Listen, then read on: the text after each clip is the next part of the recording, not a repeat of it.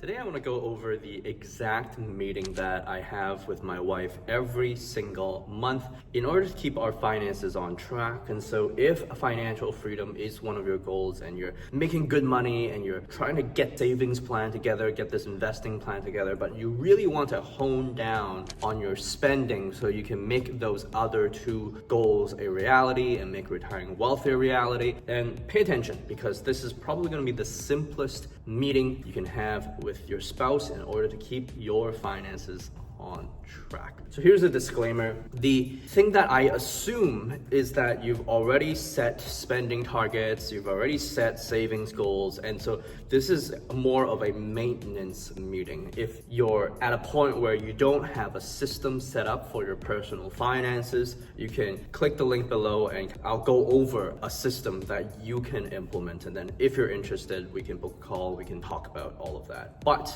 assuming you have all of that set up, then every month you want to be able to sit down and judge whether or not you're meeting your savings and investing goals and your spending targets. And so in my family, my wife manages the day-to-day finances. So the TLDR is I send my wife money every single month at the beginning of the month, and then we both spend from that pool of money from that same account. And then at the end of the month, we will sit down, formally or informally, it doesn't really matter. Sometimes we're in bed and we're like swiping our phones and like doom scrolling on TikTok, and I'd be like, how much money did we spend this month? And then my wife will crack out the calculator, open the accounts on her phone, and then we just start adding things up together, and my wife will be like, okay, we spent $2,000 this month, or $2,500 this month. And I'd be like, all right, what did we spend the most money on? Okay, we spent the most money eating out this month. Okay, is there anything that we're looking to spend on next month that might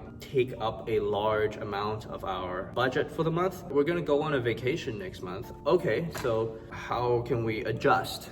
Maybe we should go out less throughout the week so we'll have more money towards this vacation. Okay, great. That is literally the meeting. And then next month we behaviorally adjust, right? Before going out, we're like, do we really need to do this? Or is this really taking away from the vacation? Will this cause us to go over budget? We're thinking about those questions, and then things just work out because we listen to each other, we follow each other's advice, we set a savings goal. By the way, the savings goal is 45 to 50% of our income. And so the other half of the income that doesn't get transferred to the spending account that my wife and I have set up stays directly in my bank account, and then once every few months or once a month or whenever the exchange rate is somewhat favorable or the stock market has a dip, I will transfer that amount of money to my Canadian bank account, and then that gets invested into a well-diversified portfolio, which I think is a portfolio that everyone should have, but this is not investment advice. I just think that objectively, if you look at the research about options trading and individual stock investing, you'd realize that having a diversified portfolio, diversified in terms of asset classes, diversified in terms of geography,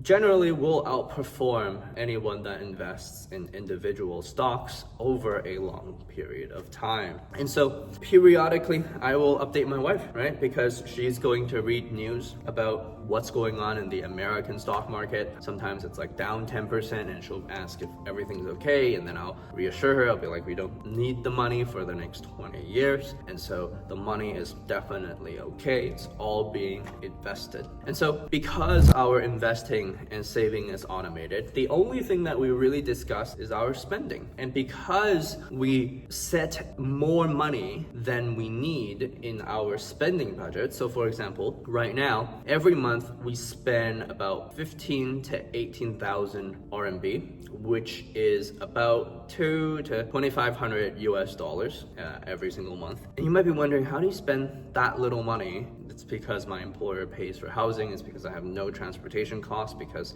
I live 10 minutes away from work. It's because the cost of living in Asia is a lot lower, which is why if working abroad is an option for you, I definitely would recommend looking into those options. But other than that, that's a separate discussion. So I only spend $2,000 to $2,500 every single month, but our spending budget is about $3,000. And so there isn't really that much to talk about, right? Because we've realized that we can have a little slack in the budget and still meet all of our savings goals and investing goals. Like, we'll still retire with around $3.5 million inflation adjusted when we retire in 25 or so odd years. And so that's that. I mean, if you can set a slack budget, if you don't need to be on a tight budget, and chances are, if you're making six figures or mid six figures, you probably don't need that tight of a budget. You can afford a slack budget, which will make money conversations exceedingly simple because it's just about building an awareness of what's going on. And because you are meeting your investing and savings goals, there isn't really that much to talk about. It's just about how we can spend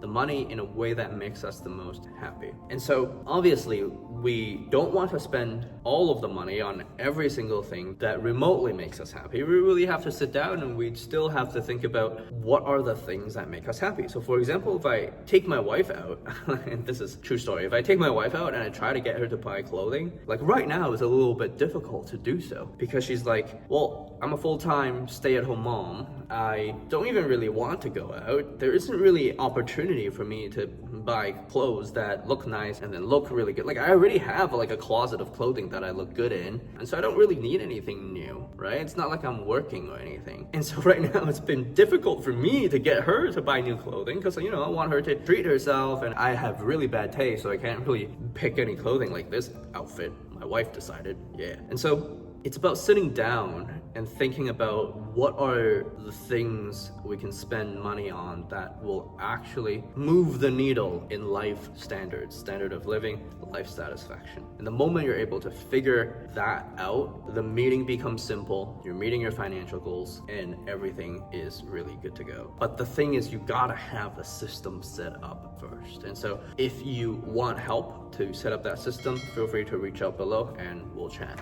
Other than that, see you in the next video.